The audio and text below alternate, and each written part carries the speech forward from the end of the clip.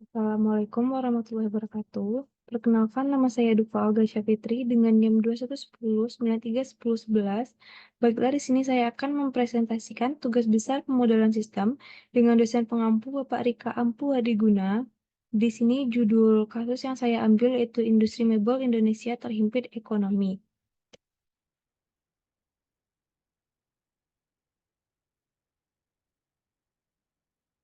Yang pertama itu bagian pendahuluan. Alasan saya tertarik dengan kasus ini yaitu karena kasus ini melibatkan aspek-aspek yang terkait dengan teknik industri seperti perencanaan dan pengendalian produksi, manajemen kualitas, analisis biaya produksi, dan lain-lain. Kasus ini berguna agar dapat memahami dampak ekonomi terhadap industri manufaktur dan perencanaan produksi yang akan mempengaruhi kinerja perusahaan, serta menganalisis strategi yang dapat diterapkan untuk mengatasi permasalahan. Berikut merupakan rich picture diagram, di mana rich picture diagram ini akan menjelaskan hubungan antara keterkaitan setiap elemen. Kemudian ada stakeholder. Stakeholder di sini ada problem owner.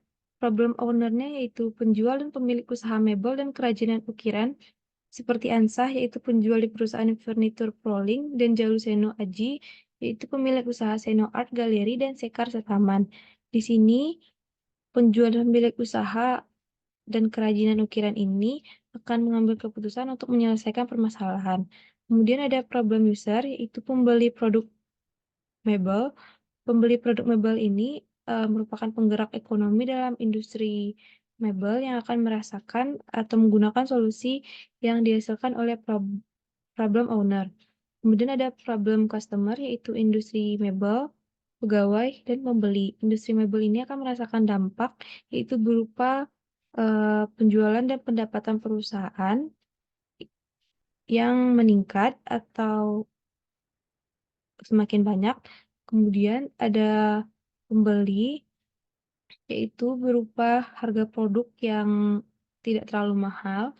Kemudian ada pegawai, di mana pegawai itu yang sebelumnya sudah di PHK bisa bekerja kembali atau tidak perlu mengalami pengurangan pegawai di perusahaan. Kemudian ada problem solver, yaitu pengusaha mebel seperti Suwardi, si pengusaha furnitur kayu. Di sini, pengusaha mebel ini dapat menyelesaikan masalah dengan mengembangkan solusi sehingga dapat mengelola bisnisnya dengan baik. Kemudian ada identifikasi gejala, yaitu terdiri dari 7 gejala. Kemudian ada pendefinisian masalah, yaitu penjualan dan pendapatan industri mebel menurun akibat melemahnya ekonomi. Penjualan dan pemilik usaha menghadapi tantangan daya beli konsumen menurun, sehingga mengakibatkan perlunya penyesuaian strategi bisnis untuk bertahan dan menghadapi perspektif pembeli yang berubah. Keputusan itu berupa maksimasi total biaya pendapatan dengan mempertimbangkan biaya penjualan dan produksi. Kemudian ada tujuan dan manfaat model. Tujuan model yaitu mengidentifikasi faktor-faktor yang mempengaruhi penjualan mebel dan memprediksi perilaku konsumen.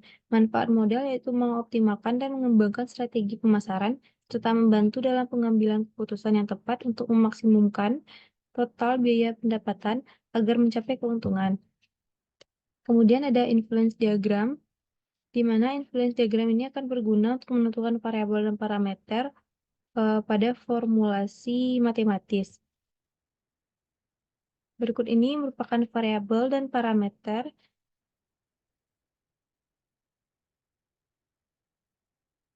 Berikut ini merupakan formulasi matematis di mana fungsi tujuannya yaitu untuk maksimasi Z, yaitu maksimasi total biaya pendapatan.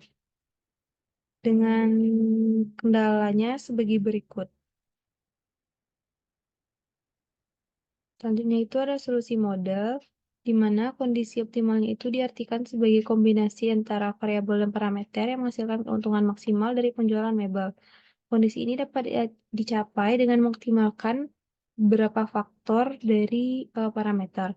prosedur kerja untuk menemukan solusi optimal itu sebagai berikut.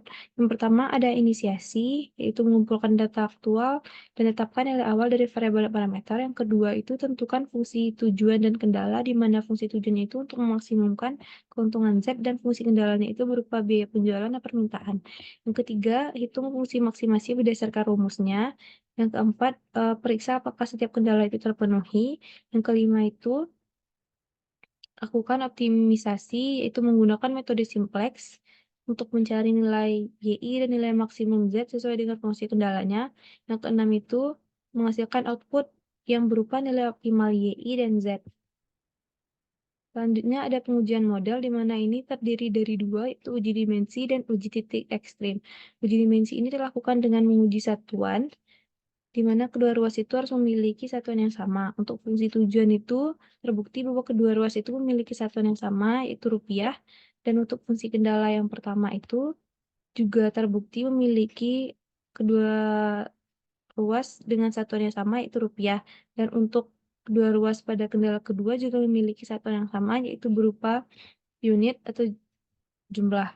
Yang kedua itu ada uji titik ekstrim, di mana uji titik ekstrim ini dilakukan dengan menguji titik ekstrim berupa nilai 0 untuk parameter dan nilai besar untuk parameter. Berdasarkan perhitungan yang tadi dilakukan itu, didapatkan pengujian dengan mengubah nilai parameter menjadi 0, maka diperoleh nilai biaya pendapatan itu tetap 0. Dan jika menguji salah satu parameter dengan nilai besar, maka total biaya pendapatan itu akan mengikuti parameter yang diubah. Misal jika biaya penjualan dan nilainya diperbesar, maka total biaya pendapatan itu akan semakin besar. Dan jika biaya selain biaya penjualan diperbesar, maka total biayanya itu akan bernilai negatif. Jika menguji jumlah permintaan, maka total nilai pendapatan akan bertambah besar jika permintaan besar. Begitupun sebaliknya. Hal ini menandakan pengujian titik ekstrim sudah valid dan sesuai dengan formulasi fungsi tujuan dan kendala. Berdasarkan kedua pengujian model ini, dipastikan bahwa model yang dikembangkan konsisten secara matematis dan memberikan hasil yang valid. Kemudian ada pembahasan. Model ini mencakup variabel dan parameter yang mempengaruhi total pendapatan seperti biaya bahan baku, biaya tenaga kerja, biaya produksi, biaya pemasaran, dan permintaan. Selain itu, dipengaruhi oleh daya beli konsumen dan kondisi ekonomi Indonesia. Model ini akan membantu pemangku kepentingan dalam mengambil keputusan yang optimal dalam penjualan mebel, sehingga dapat mencapai keuntungan maksimum dengan mempertimbangkan faktor yang ada.